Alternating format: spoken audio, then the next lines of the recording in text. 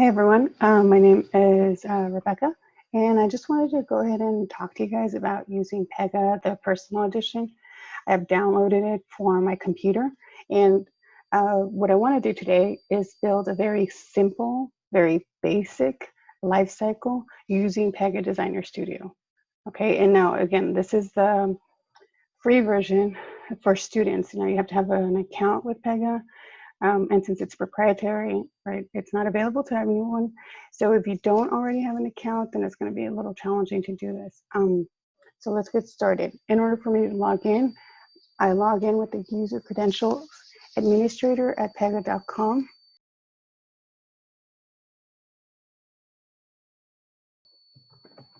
And password install, which is there.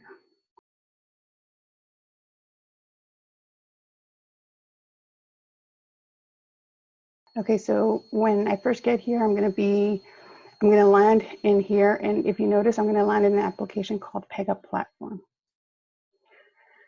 I have access to Pega Platform and DM Sample, but you want to create your own application. In order for you to build your own LifeCycle, your own application, you need to do that on your own. I'm already in Dev Studio, so I didn't have to switch from App Studio to Dev. I'm already there. So you click here on Custom. Use this type of application. And the application that I want to build is, I want to try and keep it simple. And so I'm building a flower shop, right? So I'll put here flower shop. That's my application. One thing that I don't like is these letters. I don't know why, there's nothing wrong with it, but I just like putting my own name there, or something different that I can differentiate. Flower, division, I'm just going to leave those the same, but at least my organization, my application name, and my class group all have this, we'll have this in the classes, these names in the classes. So I'm going to save and create my application.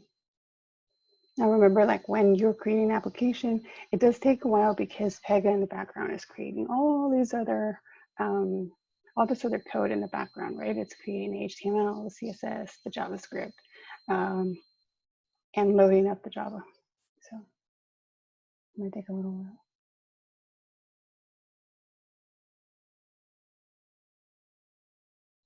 Okay, so I am going to put manager. I want to create a user, right? I want to be able to log in as a manager and be able to do other things, and that will come into play later. So I'll just put that here, flower shop. I'm going to add this user. So this I do have to copy and put that on a clipboard for now, on a notepad. And then we're done. Okay, so if you notice down here it tells you that I'm logged in as an administrator, and I want you to see here in my profile, I believe it's profile, no, not profile, sorry. An operator. You have created a new application with a whole new rule set. So in operator, you should see this information, but you should also see here the rule set that you created. Since it's not here, that means that I still don't have access to this new application that I've created because I didn't give myself permission as a user. So you can very easily come down here and add the rule set, and then you just save that. Oh. Allow to check in, check out. Okay. Since I can't, let me log out and log in as manager. Okay, so I wasn't able to because I didn't give administrator an opportunity to be or to have access to these rule sets. So I need to log in as manager, right, to fix that. Now, I had logged in before, and I had gone in and changed the password, manager at Flower Shop, and the password is rules. Of course, this is what I created, so if you have yours, it probably won't be the same. And so now I'm going to switch to Dev Studio.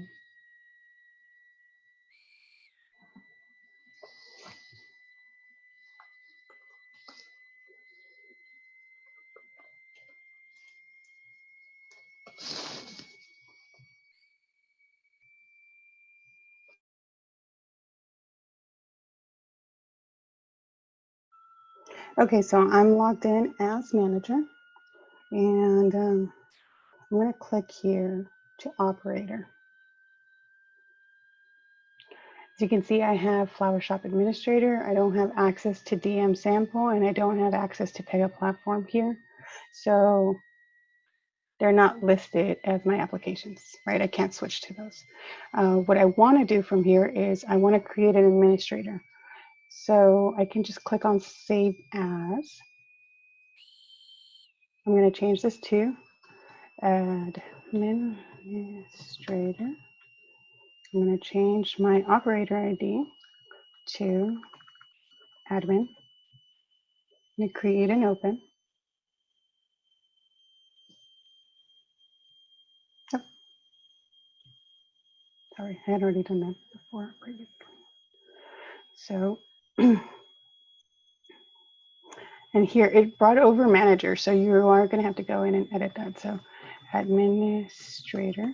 Now I know I'm an administrator because it tells me here administrator is operator ID, and the the ID is admin at Flower Shop.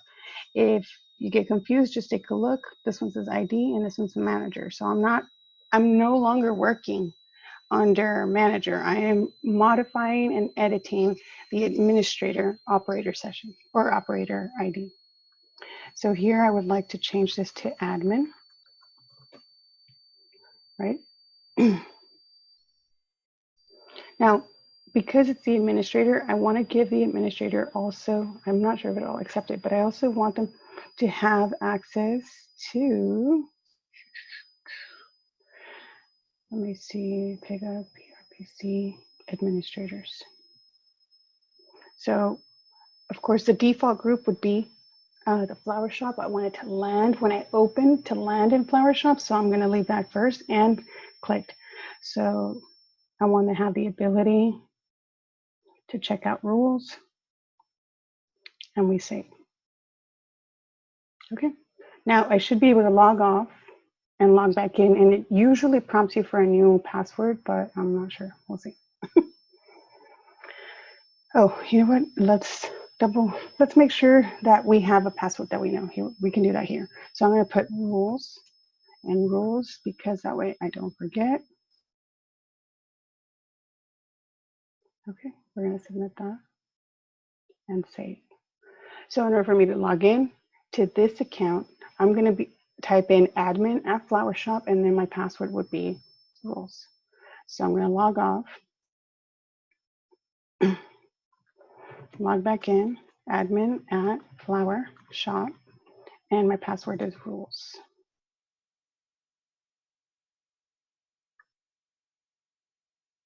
All right, so now I'm working as an administrator, or in this case, developer, working on this application.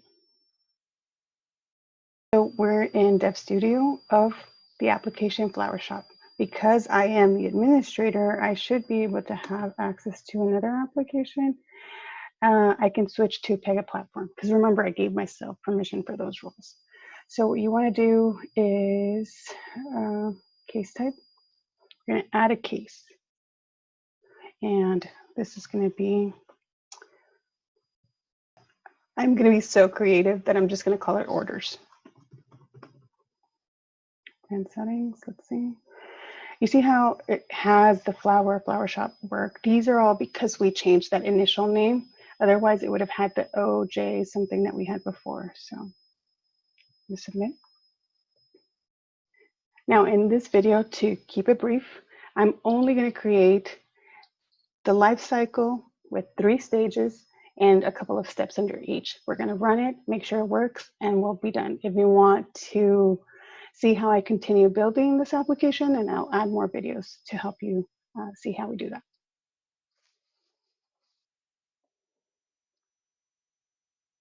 Okay, so when you first land in Dev Studio, that you want to create a case, in essence, like an application, and that application can have many different case types. So all we're doing right here is we're just, this one's just called orders. It could be another one where, you are requesting inventory, or another one where you're doing your taxes at the end of the year, whatever. All of the different applications all of the different case types can fall within that same flower shop application. So the first thing I want to do is I want to add a life cycle, right? I want to be able to do something with it. So you can easily go to the workflow, click on add life cycle.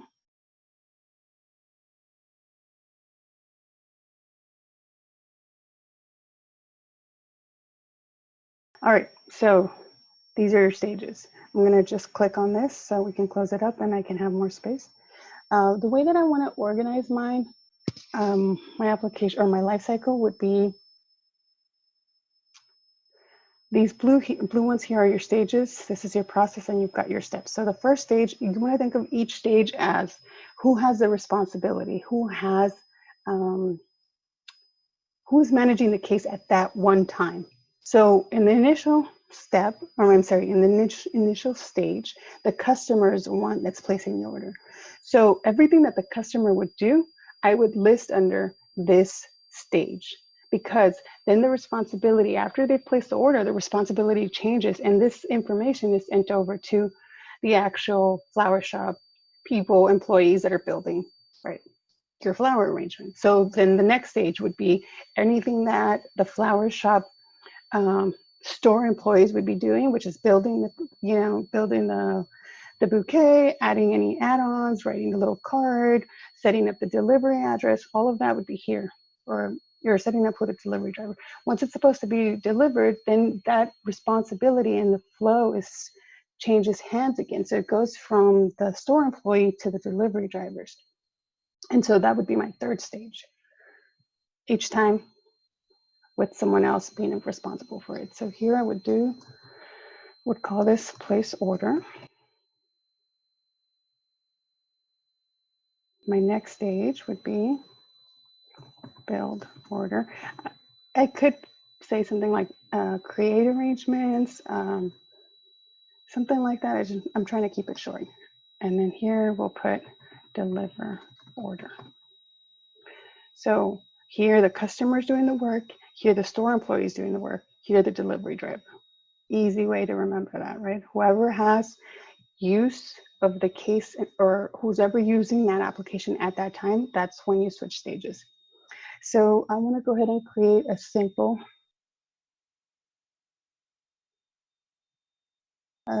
process in here.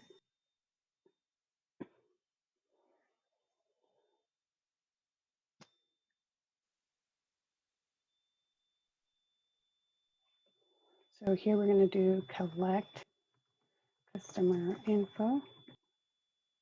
We'll add another step.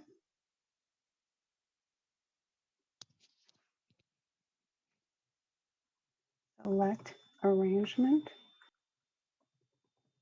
And we're store, right? We want to upsell. So I would put here add-ons. Don't you also want to send her chocolates? You're already sending flowers? Yes. And then we're going to do, let's see, delivery address. We also want to collect the delivery address, right?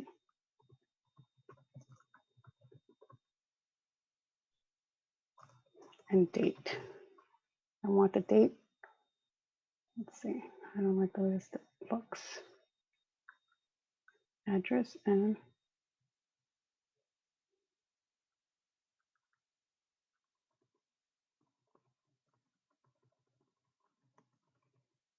that's fine. We'll leave it like that. We're gonna add. That's fine. We'll leave it simple. Now, you got to keep in mind that just because I did this doesn't mean it already exists. This is sort of like that, that working memory, right? Unless I click save, None of this has been created. I can just click on actions, refresh, and it'll take everything away. It's like you didn't do anything. So I'm not going to do that because I don't want to waste time. But we're going to move on to the next stage. We want to build the order. In the order, we want to add a step for check inventory, and here I'll put the step create arrangement.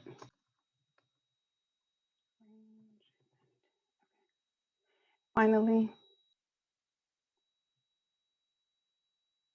deliver.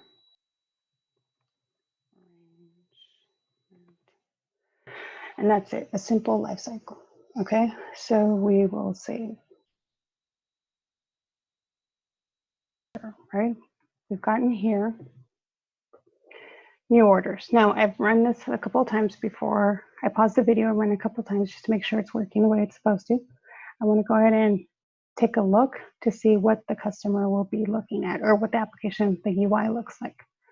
If you notice here, we have collect info. We are in place order. You can click on that and you can see all the steps within that stage. Gives you the little arrow, says, hey, you're here. This is perfect because if you make an error, you want to go back, you can sometimes go here and check to see where the flow of this case or this life cycle broke. Okay, so that's why we have 3, because I ran a couple before continuing this video.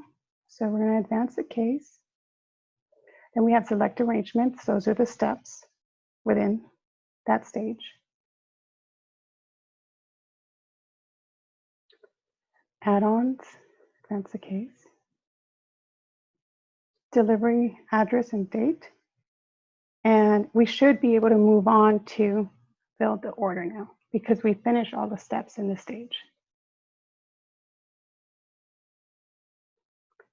Okay, so you see the little check mark. We are done with this one. It's gone through all of those. Now we are in check inventory. Create arrangement. Now deliver arrangement. And even though we have a check mark here, here, and here, it still says new. So we're going to go back to the Designer Studio and we're going to fix that. Okay. All right, let's close this out. I'm not sure why it's doing this. Oh.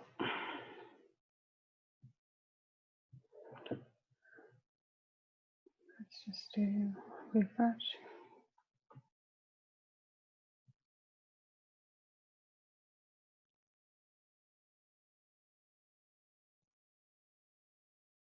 There we go. The way that we do that is, if you notice here, it says automatically move to the next stage. So then we go to build order. While the case is with the customer, it should be a new case. But once we've already received the information and the flow has transitioned from the customer to the store employee, we want to go ahead and change the status, right? It's not going to be new. Now, these are Pega out of the box statuses for stage. So we want to put pending fulfillment because we're supposed to create it for them, right? Now, once we deliver the arrangement, then that's where our case ends. And so we want this last step to be the last step, but we have to tell that that's the last step. So here we click on resolve the case and it'll change the status to resolve completed. So we want to save that. All right, and you should see that little red line pop up. Now we're going to save and run so we can test these changes. It's like anything, when you're building something new, a new application, you test every piece of code before you add on to it, right? We're at the same place, new orders. There's nothing there, that's fine. Click on done. And this should load a new case type. Again, the status here says new, and that's good. This should be new while it's in the hands of the customer. We advance the case.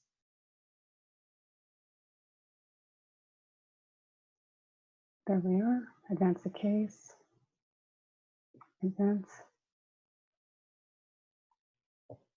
One more time. And it's no longer in the hands of the customer. It's moved on to the store employee. So now we're on the second stage. We're going to advance the case. If you notice, we're in pending fulfillment. Why? Because the store employee has the case now. They have the information and they're working on it, right? So once we finish this, we move on to deliver. But I want you to notice that even though we're on deliver, and this is where it's supposed to resolve, it will not resolve until you're completed with the stage. So advance this case, resolve complete. There we go. It worked the way it was expected. Okay, so I want to leave the video there. I do want to continue building this application and I want to share that with you step by step. But for now, you have created a new application, a new case within the application, a life cycle for that case. And your life cycle has 3 stages with steps in every stage. And I will follow up with more videos so I can continue building and you can continue practicing how to build applications. Thanks.